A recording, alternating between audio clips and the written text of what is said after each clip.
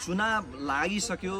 अब अस्तित्वको कुरा आउँदै गर्दा मैले अस्तित्वको आवाज सम्बन्धमा एउटा कविता बनाएको छु। लोपोन्मुख प्रजाति जोगाउनु पर्छ भन्छौँ हामी, लोपोन्मुख प्रजाति जोगाउनु पर्छ भन्छौँ हामी। वनका बाघलाई बचाउन अभियान चलाउँछौँ। बाघ खतरनाक छ, तर बेङ्गोल टाइगर जोगाउन मानिस नै सडकमा उत्रिन्छ। किनकि हामी जान्दछौँ यो भूगोल, यो ब्रह्माण्ड कसैको एकल स्वामित्व होइन, सबैको अस्तित्वले नै सन्तुलन बन्छ। त्यसैले राजनीति पनि जङ्गल जस्तै हो।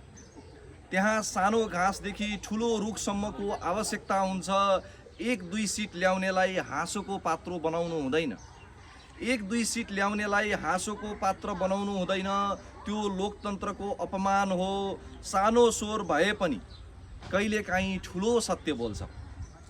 प्रेम सुवाल, चित्रबहादुर केसीलाई एक्लै देखिए पनि संसदको भिडमा उनीहरूको स्वर हराएको छैन।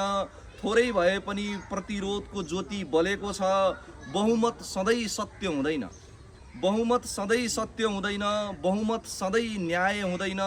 बहुमतले कानुन बनाउँछ तर विवेक बनाउँदैन। अल्पमतलाई थिचेर 2/3 घमण्ड गर्दा, अल्पमतलाई थिचेर 2/3 घमण्ड गर्दा लोकतन्त्र होइन, निरङ्कुशताको छाया जन्मिन्छ। इतिहासले देखाएकै छ, सङ्ख्याको मद्दतले सत्ता अन्धो हुन्छ, तर 1-2 सिटले पनि गलतलाई गलत भन्न सक्छ। त्यही नै आशा हो। बहुसङ्ख्यक कहिलेकाहीँ तालमा बग्ने भिड जस्तै हुन्छ, अल्पसङ्ख्यक भने प्रश्न सोध्ने आँखा हुन्छ। त्यसैले खिसी ट्युरी बन्द गरौँ, धाक धम्की बन्द गरौँ, कराउने राजनीति बन्द गरौँ, तर्क गरौँ, संवाद गरौँ, असहमतिलाई पनि स्थान दिउँ। जसरी शरीरका सबै अङ्ग ठिक भए पनि एउटा आँखा फुट्यो भने दृष्टि अँध्यारो हुन्छ, त्यसरी नै लोकतन्त्रमा एउटा फरक विचार हरायो भने निर्णय अपुरो हुन्छ। वनमा बाघ नभए सन्तुलन बिग्रिन्छ, आकाशमा चरा नभए सुनापन छाउँछ, नदीमा माछा नभए जीवन सुक्छ, संसदमा विरोध नभए लोकतन्त्र सुक्छ।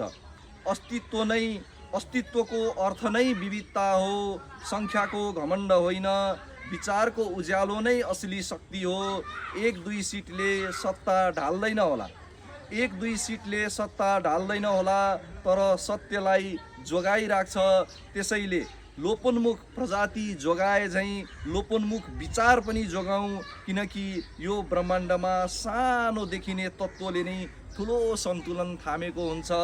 यो ब्रह्माण्डमा सानो देखिने तत्त्वले नै ठुलो सन्तुलन थामेको हुन्छ। Thank you.